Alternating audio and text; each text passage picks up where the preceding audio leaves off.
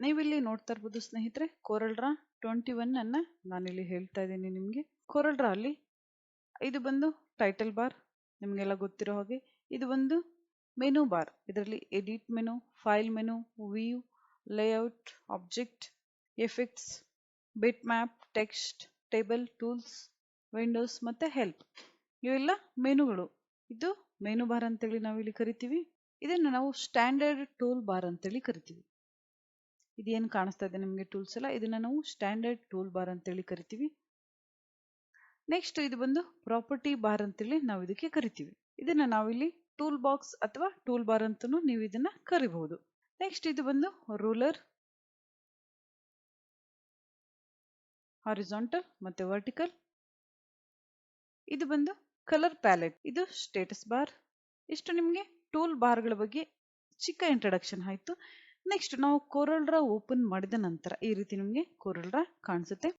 ಇದರಲ್ಲಿ ಫಸ್ಟ್ ನಾನು ನಿಮ್ಗೆ ಹೇಳಬೇಕಂದ್ರೆ ಇಲ್ಲಿ ಪೇಜ್ 1, ನಾವು CorelDRAW ಅಲ್ಲಿ ಹಲವಾರು ಪೇಜ್ಗಳನ್ನ ಓಪನ್ ಮಾಡ್ಕೋಬೇಕಂದ್ರೆ ಏನ್ ಮಾಡಬೇಕು? ಇಲ್ಲಿ ಪ್ಲಸ್ ಸಿಂಬಲ್ ಇದೆ, ಇದ್ರ ಮೇಲೆ ಕ್ಲಿಕ್ ಮಾಡಬೇಕಾಗುತ್ತೆ.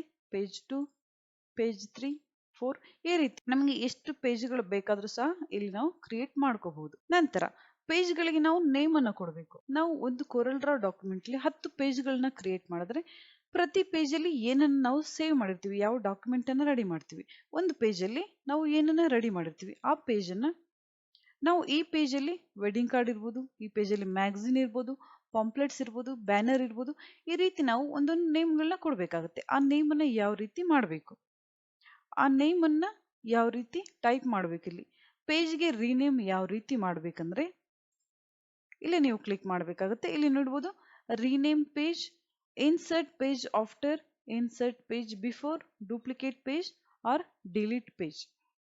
ಇಲ್ಲಿ ನಾವು ರೀನೇಮ್ ಪೇಜ್ ಅನ್ನು ತಗೋಬೇಕಾಗುತ್ತೆ. ಇಲ್ಲಿ ಪೇಜ್ ನೇಮ್ ನಿಮ್ಗೆ ಯಾವ ರೀತಿ ಬೇಕು, ಈ ರೀತಿ ನೀವು ಏನನ್ನ ಪೇಜ್ ನೇಮ್ ಕೊಡಬೇಕು ಆ ಪೇಜ್ ನೇಮ್ ಅನ್ನ ನೀವು ಇಲ್ಲಿ ಟೈಪ್ ಮಾಡಬೇಕಾಗುತ್ತೆ. ನಂತರ ಓಕೆ ಕೊಡಬೇಕು. ಈಗ ನೀವು ನೋಡ್ತಾ ಇರ್ಬೋದು ಪೇಜ್ ರೀನೇಮ್ ಆಗಿದೆ. ನಾವು ಏನು ಲೆಟರ್ ನಲ್ಲಿ ಟೈಪ್ ಮಾಡಿದೀವಿ ಆ ನೇಮ್ ಇಲ್ಲಿ ಬಂದಿದೆ. ಇದೇ ರೀತಿ ನೀವು ಎಲ್ಲಾ ಪೇಜ್ಗಳು ಸಹ ರೀನೇಮ್ ಮಾಡ್ಕೋಬಹುದು, ನಿಮ್ಗೆ ಯಾವ ನೇಮ್ ಬೇಕು. ನಂತರ ಯಾವುದೇ ಒಂದು ಪೇಜ್ ಬೇಡ ನಿಮ್ಗೆ ಅಂದ್ರೆ ಇದನ್ನ ನಾವು ಇಲ್ಲಿ ಡಿಲೀಟ್ ಪೇಜ್ ಸಹ ಮಾಡಬಹುದು. ಇಲ್ಲಿ ಪೇಜ್ ಇನ್ಸರ್ಟ್ ಮತ್ತೆ ಡಿಲೀಟ್ ಮಾಡಿದ್ದಾಯ್ತು, ಪೇಜ್ ಅನ್ನ ರೀನೇಮ್ ಮಾಡಿದ್ದಾಯ್ತು. ಈಗ ನಾವಿಲ್ಲಿ ಯಾವ್ದಾದ್ರು ಒಂದು ಡ್ರಾಯಿಂಗ್ ಅನ್ನು ಮಾಡಬೇಕು. ಇಲ್ಲಿ ಹಲವಾರು ಟೂಲ್ಗಳಿದೆ, ನೀವು ನೋಡಬಹುದು. ಇದನ್ನ ಪಿಕ್ ಟೂಲ್ ಅಥವಾ ಸೆಲೆಕ್ಟ್ ಟೂಲ್ ಅಂತೇಳಿ ಸಹ ನಾವು ಕರಿತೀವಿ. ನಂತರ ಶೇಪ್ ಟೂಲ್, ಸ್ಮೂತ್, ಸೆಮಿಯರ್, ಟ್ವೈರಲ್, ಇಲ್ಲಿ ತುಂಬಾ ಟೂಲ್ಗಳೆಲ್ಲ ಇದೆ. ಎಲ್ಲಾ ಟೂಲ್ಗಳ ಬಗ್ಗೆನೂ ನಾನು ನಿಮ್ಗೆ ಇಲ್ಲಿ ಡೀಟೇಲ್ ಆಗಿ ಹೇಳ್ತಾ ಹೋಗ್ತೀನಿ. ನಂತರ ನೀವು ಇಲ್ಲಿ ನೋಡಬಹುದು ಕ್ರಾಫ್ಟ್ ಟೂಲ್ ಇದೆ, zoom, pan tool, next free hand, 2 point line, bezier, pen tool, next ಇಲ್ಲಿ rectangle, 3D point rectangle, ellipse, oval, polygon, star, spiral, text tool, paragraph text and heading text, ಇಲ್ಲಿ shadow, contour, blend, distort, envelope, ಪ್ರತಿಯೊಂದು ಆಪ್ಷನ್ಗಳನ್ನ ನಾನು ನಿಮ್ಗೆ ಇಲ್ಲಿ ಹೇಳ್ತಾ ಹೋಗ್ತೀನಿ. ನಾವಿಲ್ಲಿ ಚಿಕ್ಕದೊಂದು ಡ್ರಾಯಿಂಗ್ ಮಾಡೋಣ. ನಾನಿಲ್ಲಿ ಬಾಕ್ಸ್ ಟೂಲ್ ತಗೊಂಡಿದ್ದೀನಿ, ರೆಕ್ಟ್ಯಾಂಗಲ್ ಅಥವಾ ಕೀಬೋರ್ಡ್ ಇಂದ ಶಾರ್ಟ್ಕಟ್ಗೆ F6 ಅನ್ನ ನೀವು ಇಲ್ಲಿ ಯೂಸ್ ಮಾಡಬಹುದು.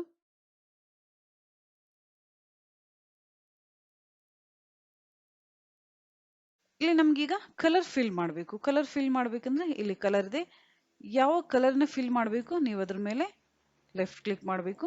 ಔಟ್ಸೈಡ್ ಬಾಕ್ಸ್ಗೆ ನೀವು ಕಲರ್ ಅನ್ನ ಫಿಲ್ ಮಾಡ್ಬೇಕಂದ್ರೆ ಲೆಫ್ಟ್ ಕ್ಲಿಕ್ ಮಾಡಬೇಕಾಗುತ್ತೆ. ಇಲ್ಲಿ ಸೆಟ್ ಔಟ್ಲೈನ್ ಕಲರ್, ಇಲ್ಲಿ ರೆಡ್ ಕಲರ್ ಬಂದಿದೆ, ನೀವು ನೋಡ್ತಾ ಇರ್ಬೋದು. ಇಲ್ಲಿ ಔಟ್ಲೈನ್ ಏನಿದೆ, ಲೈನ್ ಥಿಕ್ನೆಸ್ ನಾವು ಚೇಂಜ್ ಮಾಡ್ಬೇಕಂದ್ರೆ ಇಲ್ಲಿ ನಾವು ಲೈನ್ ಥಿಕ್ನೆಸ್ ಅನ್ನ ಚೇಂಜ್ ಮಾಡಬಹುದು. ಲೈನ್ ಡಿಸೈನ್ ಬೇಕಾದ್ರೆ ನಾವು ಇಲ್ಲಿ ಚೇಂಜ್ ಮಾಡ್ಕೋಬಹುದು, ಯಾವ ರೀತಿ ಡಿಸೈನ್ ಬೇಕಂತ. ನಂತರ ಈ ಬಾಕ್ಸ್ ಅಲ್ಲಿ ನೀವು ಏನಾದ್ರೂ ಟೆಕ್ಸ್ಟ್ ಬರಿಬೇಕಂದ್ರೆ ಫಸ್ಟ್ ಟೆಕ್ಸ್ಟ್ ಅನ್ನ ನಾವಿಲ್ಲಿ ತಗೋಬೇಕಾಗುತ್ತೆ. ಟೆಕ್ಸ್ಟ್ ಡಿಸೈನ್, ಯಾವ ಡಿಸೈನ್ ನಿಮ್ಗೆ ಬೇಕು, ಟೆಕ್ಸ್ಟ್ ಸೈಜ್, ನಂತರ ಟೆಕ್ಸ್ಟ್ ಕಲರ್ ನಿಮ್ಗೆ ಯಾವ್ದು ಬೇಕು, ನೆಕ್ಸ್ಟ್ ಇಲ್ಲಿ ಟೈಪ್ ಮಾಡಬೇಕಾಗುತ್ತೆ. ಈ ರೀತಿ ನೀವು ಟೈಪ್ ಮಾಡಬೇಕಾಗುತ್ತೆ. ನಂತರ ನಾವು ಇದನ್ನ ಸೇವ್ ಮಾಡಬೇಕು. ಫೈಲ್, ಇಲ್ಲಿ ನೀವು ನೋಡ್ಬೋದು, ನೀವು ಅಂದ್ರೆ ನಾವು ಹೊಸ ಡಾಕ್ಯುಮೆಂಟ್ ನ ತಗೊಳ್ಳೋದಿಕ್ಕೆ ಇಲ್ಲಿ ಸೇವ್ ಮತ್ತೆ save as option. Save shortcut keys ಎಲ್ಲ ನಿಮ್ಗೆ ಗೊತ್ತಿರ್ಬೋದು. ವರ್ಡ್, ಎಕ್ಸೆಲ್, ಪವರ್ ಪಾಯಿಂಟ್ ಅಲ್ಲಿ ನಾವು ಯಾವ್ದೆಲ್ಲ ಶಾರ್ಟ್ಕಟ್ ಕೀಸ್ ನ ಯೂಸ್ ಮಾಡ್ತೀವಿ. Ctrl+S ಇರ್ಬೋದು ಸೇವ್ಗೆ, Ctrl+C for copy, Ctrl+V paste. ಕೆಲವೊಂದು ಶಾರ್ಟ್ಕಟ್ ಕೀಗಳೆಲ್ಲ ಇದರಲ್ಲೂ ಸಹ ಸೇಮ್ ಯೂಸ್ ಆಗುತ್ತೆ, ಅದರಲ್ಲಿ ಯಾವುದೇ ಬದಲಾವಣೆ ಇಲ್ಲ. ಇಲ್ಲಿ ನೀವು ಸೇವ್ ಅಥವಾ ಸೇವ್ ಆಸ್ ನಿಮ್ಮ ಕಂಪ್ಯೂಟರ್ಲಿ ನೀವು ಈ ಡಾಕ್ಯುಮೆಂಟ್ ಅನ್ನ ಸೇವ್ ಮಾಡ್ಕೋಬಹುದು ಸ್ನೇಹಿತರೆ. ಇದು ಕೊರಲ್ಡ್ರಾ ಬಗ್ಗೆ ಇಂಟ್ರಡಕ್ಷನ್ ವಿಡಿಯೋ ಆಯಿತು ಸ್ನೇಹಿತರೆ. ನಾನು ನೆಕ್ಸ್ಟ್ ಕ್ಲಾಸಿಂದ ನಿಮಗೆ ಎಲ್ಲ ಆಪ್ಷನ್ಗಳನ್ನ ಒನ್ ಬೈ ಒನ್ ಹೇಳ್ತಾ ಹೋಗ್ತೀನಿ.